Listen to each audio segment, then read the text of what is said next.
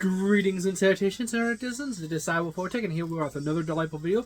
This time it is the Starfinder Roleplaying Game, first edition, Alien Archives 3 and 4 battle cards. This MSRP is for $60.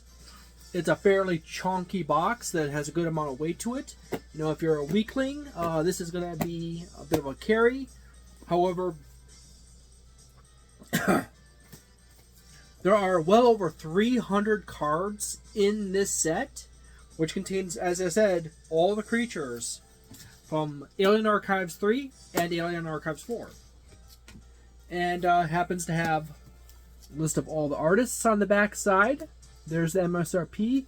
There's the Paizo product number right there. And there we go. As I open the box, it is a simple untreated inside. It just happens to have the flap of the plastic from the top. And inside, there's these extra large cards. Here is a D&D 5th edition card from Gale Force 9 as a reference size. I didn't do that in the last box. You know, I do these. I don't have a set standard in structure to these videos. I just kind of do them differently, and I add new tips and information periodically into them.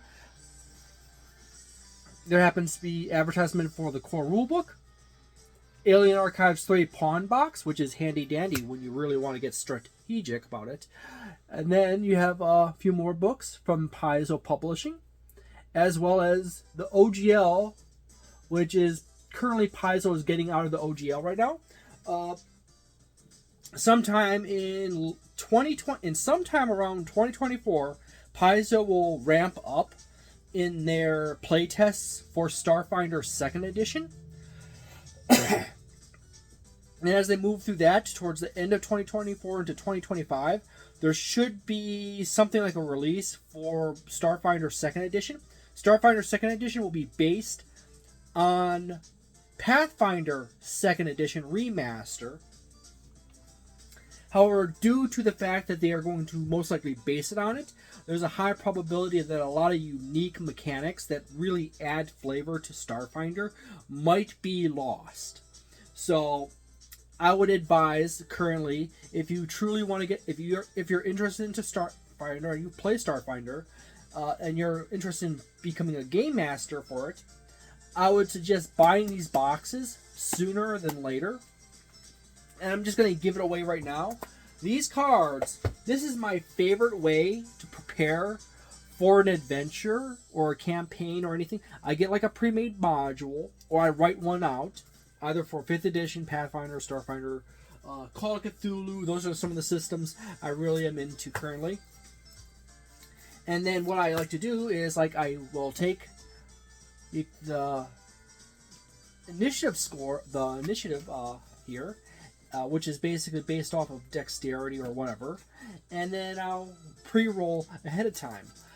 What's nice about these cards is that, this is a great example, by the way. These cards are fairly large. As you can see, every single one of these cards has artwork of the creature. They are great for showing to your players, hey, you are wandering through the woods, you happen to see this creature rustling some trees, trying to chase down something. And then the players can think about it, like, oh, they can infer something from this image, because obviously their characters would see the creature itself, unless it's covered by bushes or something like that, or they have a partial view of it. But you cover the name with your finger, and that comes nice and handy that way. If you want to, you can show the player the name once they identify it. Please note it says Starfinder, and then it says Alien Archives 4. That happens to be the book that this creature is from. And then when we flip over the card, we have the complete stat block with the CR score, the name, XP, and many other details important. The kinetic AC and electric energy AC. Statistics, special abilities. And then if you happen to have a situation where the list of abilities or attacks or moves are greater than what can be fit on the card, Paizo will go and put a second card in the box for that creature that'll continue the rest of the abilities. Now, the only thing I personally don't care for these cards, this is one small oversight Paizo happened to have with Starfinder, is that they failed to put the page number for the book in which these creatures appear in. However, being that it is alphabetical for the books, you can fairly work out that A, it's going to be in the A's, you know, A, you know. I'm from Wisconsin. I can do that. I can throw a little font in. Not to mention, on my mom's side of the family, on a branch off, the Liberace family happens to be Italian, so you go that way. Yeah, I'm actually I'm not just related to the Shatners, I'm also related to Liberace as well, because he happens to be from my mom's side of the family, and he played at her baptism. He happens to be the son of my grandma's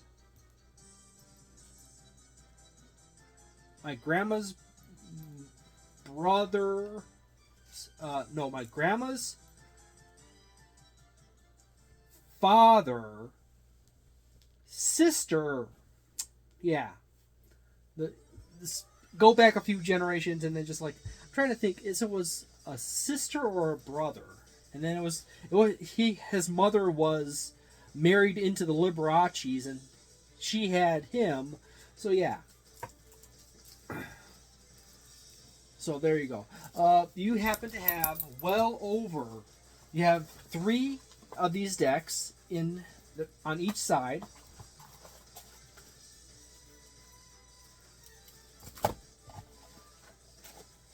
So you have a nice variety of creatures.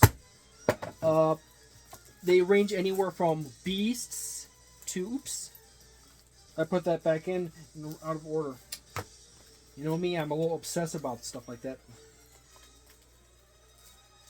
But anyways, you happen to have a total of 6 packs, 3 on each side. There is a total of, I can get the exact number because I grabbed the last card. Yithian Elder, which is the last card, which is 370. Keeping in mind that some of these creatures, that is the second card for the Yithian. There is actually a good range of options for unique creatures, Cthulhian creatures, just like the Yithians, the Shiogoths, and so forth in Starfinder. So you can get yourself some Cthulhu action in Starfinder if you really want to, as well as Pathfinder 2nd edition. After all, it is public domain. Cthulhu Mythos is mostly in the public domain. Not all creatures from the Cthulhu Mythos is in the public domain, such as the Hounds of Tindalos, I think, are still under copyright and so forth, because the Cthulhu Mythos is actually a collection. Yes, a collection of creatures.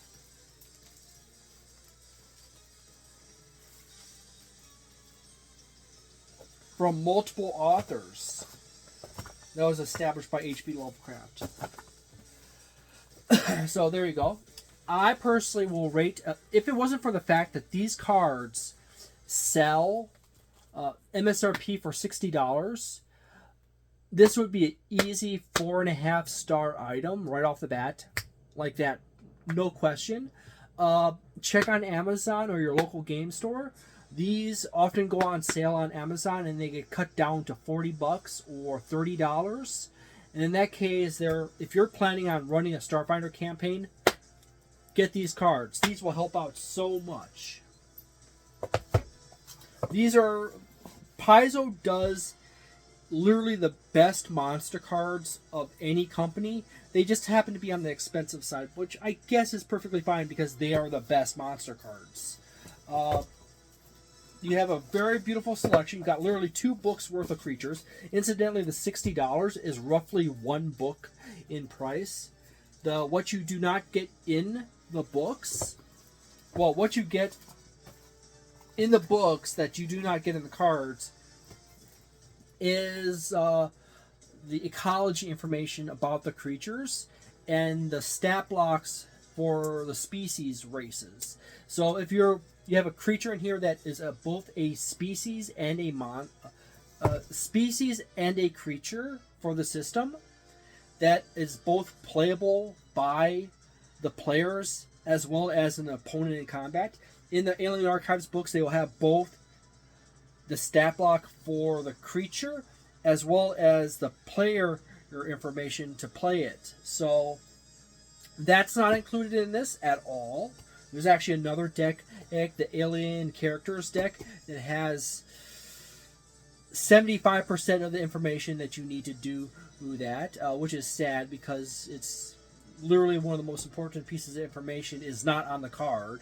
But and then is in the in the Alien Archives books. So if you're a game master and you want to play you want to run a Starfinder campaign or run Starfinder campaigns and you do not own these cards, pick these up, okay? Particularly if you find them for $30 or $40. That is about the cheapest I ever see them, is $30, in the 30 range, not $30 exactly, in the 30s, like $34.99, 35, 50 cents or 49 cents, stuff like that. That's the cheapest I typically ever see them. Maybe I've seen them like once drop below $30, but that is super rare. Typically you're luckiest if you find them in the 30s.